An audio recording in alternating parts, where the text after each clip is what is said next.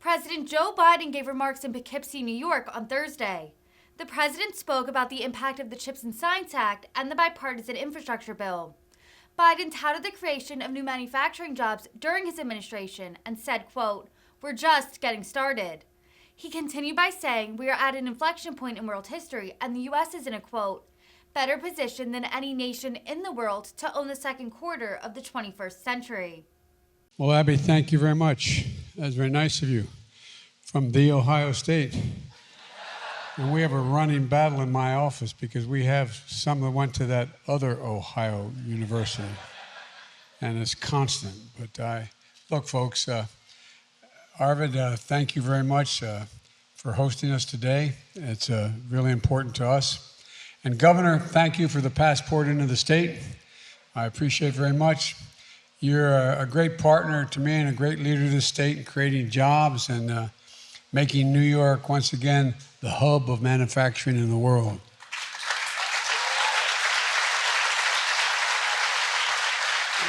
They couldn't be here today, but you have two special thanks to your New York's two great senators, Majority Leader Chuck Schumer, who never tells you what's on his mind. You never have to wonder. He's done a hell of a job. And Senator Gillibrand, she's done a great job as well. And it's great to be here with the Hudson Valley Congressman, Sean Patrick Maloney. Sean, I'm Catherine Eugenia Finnegan's son. I just want you to know that, okay? And also Paul Tanko, another Irishman. I'm only kidding, obviously, but I just want you to know that, at any rate, the newest member, Pat Ryan, who's proved the pundits wrong and got elected in August.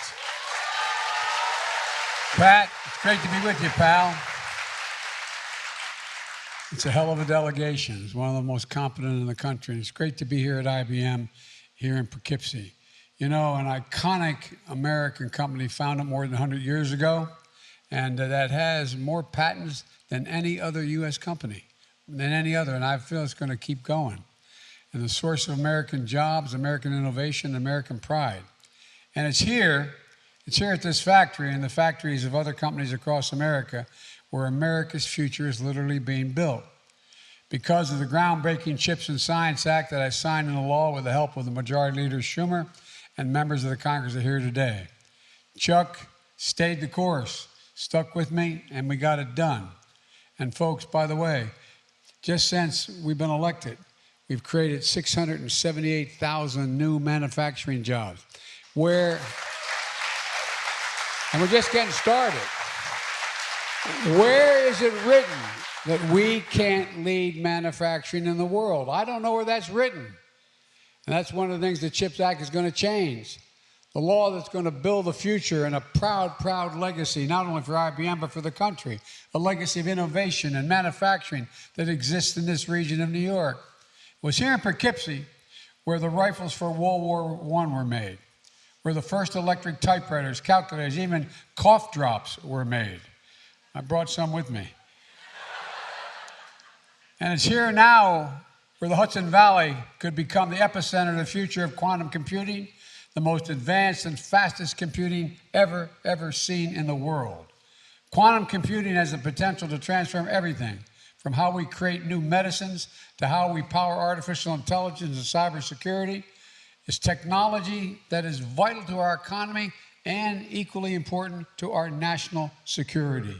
And it's technology that's made possible because of semiconductors, those tiny little computer chips everyone in this room knows better than any other room in the country, the size of a fingertip that power our everyday lives, everything in our lives, smartphones, cars, washing machines, hospital equipment, the internet, the electric grid, and so much more. But here's the deal. America invented these chips. They powered NASA's first moon mission that President Kennedy inspired here in America. Federal investment helped bring down the cost of making these chips, creating a market and an entire new industry. As a result, over 30 years ago, America had more than 30% of the global chip production. But then something happened. American manufacturing, the backbone of our economy, got hollowed out because companies began to move jobs and production overseas. And as a result, today we're down to barely 10% of the world's chips, despite leading in chip research and design. And as we saw during the pandemic, when factories that make these chips shut down around the world, the global economy literally comes to a screeching halt. More Americans have learned the phrase supply chain and what it means. Well, guess what? The supply chain is going to start here and end here in the United States. I'm not joking. For example, here in the United States, 1/3 of the core inflation last year was due to higher prices of automobiles. Why? Because of the shortage of semiconductors that make these vehicles move. Folks, we need to make these chips here in America to bring down everyday costs and create good-paying American jobs. And don't take my word for it. Listen to the leaders of IBM and across the country. They're making decisions right now about where to invest to produce these chips. And they're choosing America because they see we're coming back. We're leading the way. As I said, since I came to office, our economy has created 10 million jobs, 668 manufacturing jobs. Proof that made in America is no longer a slogan. It's a reality. And the CHIPS and Science Act makes historic investment in companies to build advanced manufacturing facilities here in America. Since I signed into law last summer, we've seen incredible progress. Just here in the Hudson Valley, IBM is investing $20 billion over the next 10 to design and manufacture semiconductor, mainframe technology, and quantum computers. In Syracuse, the company Micron announced it's going to invest $100 billion over the next 20 years to build factories that make special memory chips. You'd have to explain to you all what a memory chip is. Those chips that store information on your smartphone, among other things. It's going to create 50,000 jobs and create an increase in America's share of the memory chips, increase it by 500%. That would be the largest American investment of its kind ever, ever, ever, ever. And folks, last month, I was outside Columbus, Ohio, where Intel is investing $20 billion to build a semiconductor factory on 100 acres of land that I dubbed as the Field of Dreams. It's going to create 10,000 good-paying jobs. Union jobs, I might add. And a significant number of those jobs, you do not need an advanced degree. You do not need an advanced degree. So you're going to have people who are usually wearing blue collars who are going to be making on average $120,000 a year. And it's about time. I want to remind everybody, I know I get criticized for being the most pro-labor president in history. There's a simple reason for that. You're the single best trained, most competent workers in the world. That's the reason why. And by the way, the middle class built this country, but unions built the middle class. That's a fact. Look, Global Foundries and Qualcomm, they've announced a $4 billion project to produce chips in America that would otherwise have been made overseas. Qualcomm is one of the largest chip designers and planning to boost production by up to 50% in the next 5 years. In North Carolina, Wolfspeed is investing $5 billion to make chips and devices for electric vehicles. That'll create 1,800 jobs by 2030 in that state. And folks, the future of chips industry is going to be made in America. That's not hyperbole. That's a fact. It's going to be made in America. And making these chips in America is going to create new businesses for countless small manufacturers and suppliers into the supply chain that's going to thrive, all because of this law. And many of these good-paying jobs don't require, as I said, a college degree. It matters. All of this is in our economic interest, and it's in our national security interest as well. Earlier this year, I went down to Lockheed's factory in Alabama, where they're making the Javelin missiles that we're supplying to Ukraine to defend itself against Putin's unprovoked war. Folks, And I've been able to cut off significant pieces of manufacturing needs that they have to make their weapons they're not getting from the United States. But that's a different story. We need semiconductors not only to make these Javelin missiles, but also the weapon systems of the future that are going to rely even more on advanced chips. Unfortunately, we produce 0% of these advanced chips today. 0% of these chips that we need today. China is trying to move ahead of us in manufacturing them. It's no wonder, literally, the Chinese Communist Party actively lobbied against the Chips and Science Act that I've been pushing in the United States Congress. The Communist Party of China was lobbying in the United States Congress against passage of this legislation. And unfortunately, some of our friends in the other team bought it. The United States has to lead the world in producing these advanced chips. This law is going to make sure that it will. And to be clear, the Chips and Science Act is not handing out blank checks to companies. I've directed my administration, and I want you to listen to this, to be laser focused on the guardrails that's going to protect taxpayers' dollars. We'll make sure the companies partner with unions, community colleges, technical schools, and offer training and apprenticeships. We're going to make sure the work small and minority-owned businesses get to participate. We're going to make sure the companies that take these taxpayers' dollars do not turn around and make investments in China, investments that undermine our supply chains and national security. That's a guarantee. Because in this law, I have the power to take back any federal funding from these companies. They don't meet these requirements. That's in the law. The law requires the companies build these semiconductor facilities, pay Davis-Bacon prevailing wages, and they do it here. And it's going to ensure the tens of thousands of new construction jobs created in high-paying jobs, and more often high-paying union jobs. We're talking about building facilities that are 10 times the size of a football field. And that's the construction side, the construction side. We're going to require companies to use these investments for workers in research and development, not to buy back stock or issue dividends. Let me say that again. You got to invest the money. You can't use it to buy back your stock. Look, and finally, this law is about more than chips. It's about science as well. Decades ago, the United States used to invest 2% of our GDP in research and development. That led us to create everything from the internet to GPS. We, the United States, invested in research and development. Today, we invest less than 1%, about 0.7%. We used to rank #1 in the world in research and development. Today, we rank #9. China was 8 a decade ago. China now is #2. And other countries are closing in fast. So the Chips and Science Act sets us on a path to move up again. It boosts our research and development funding back up closer to 1% of our GDP, the fastest single year in 70 years. It's going to make sure we lead the world in industries of the future, from quantum computing to artificial intelligence, advanced biotechnology.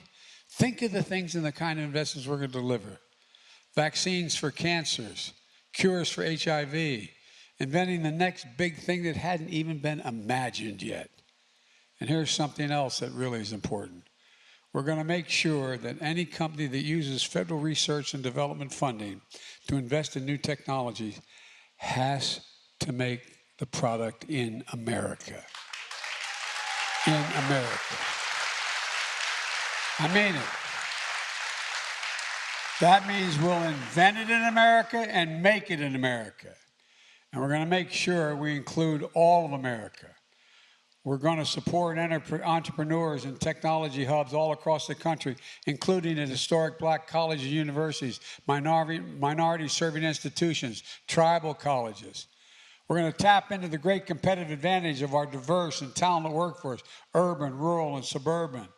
And folks, I've asked many other business leaders this question, because this is the other team who opposed me on this said this was the problem.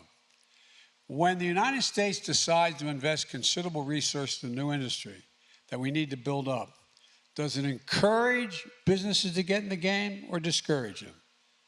The answer is overwhelmingly, it encourages businesses to get in the game, including IBM. Federal investments attract private sector investments, creates jobs, it creates industries, and it demonstrates we're all in this together. During a trip to South Korea not long ago, I met with the chairman of the SK Group, the second largest conglomerate in South Korea that makes everything from semiconductors to large capacity batteries, electric vehicle chargers, pharmaceuticals. They've committed more than $50 billion in investments here in America, and they're going to grow its U.S. workforce from 4,000 to 20,000 in just 3 years. I believe the reason why companies like IBM are choosing to build in America is because we're better positioned globally than we have been in any time in a long time. This is not hyperbole. We have the best and most productive workers in the world. We have the best research universities in the world, a dynamic venture capitalist system, a rule of law that protects intellectual property. In addition, we wrote and passed the bipartisan infrastructure law that I signed with the help of members of the Congress who are here today and their leadership. And we finally decided we're going to move up from being ranked number 13 in the world in infrastructure to number 1. Because guess what? When you have the best infrastructure in the world, companies invest where the infrastructure is and get product to market faster and cheaper and more reliably. Ask any business leader.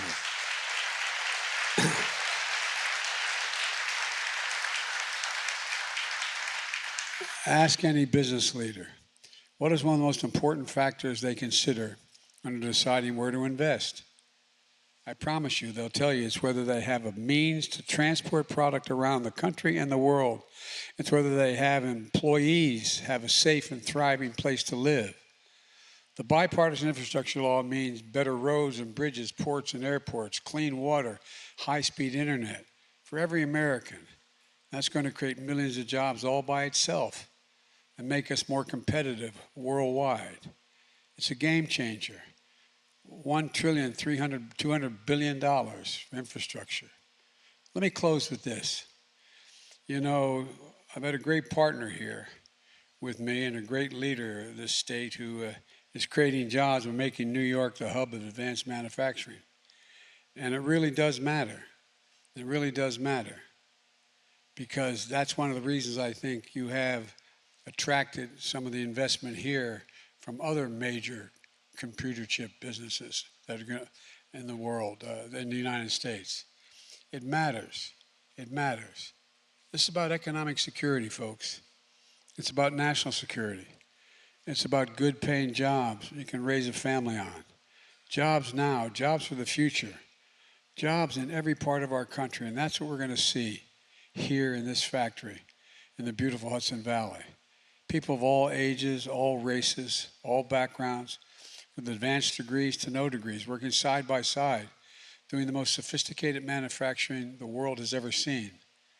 And they're showing what I've always believed. And I mean this from the bottom of my heart. I've been saying this since I decided to run. There's nothing the United States is unable to do if we set our mind to it. Nothing. And if we do it together. I really mean it.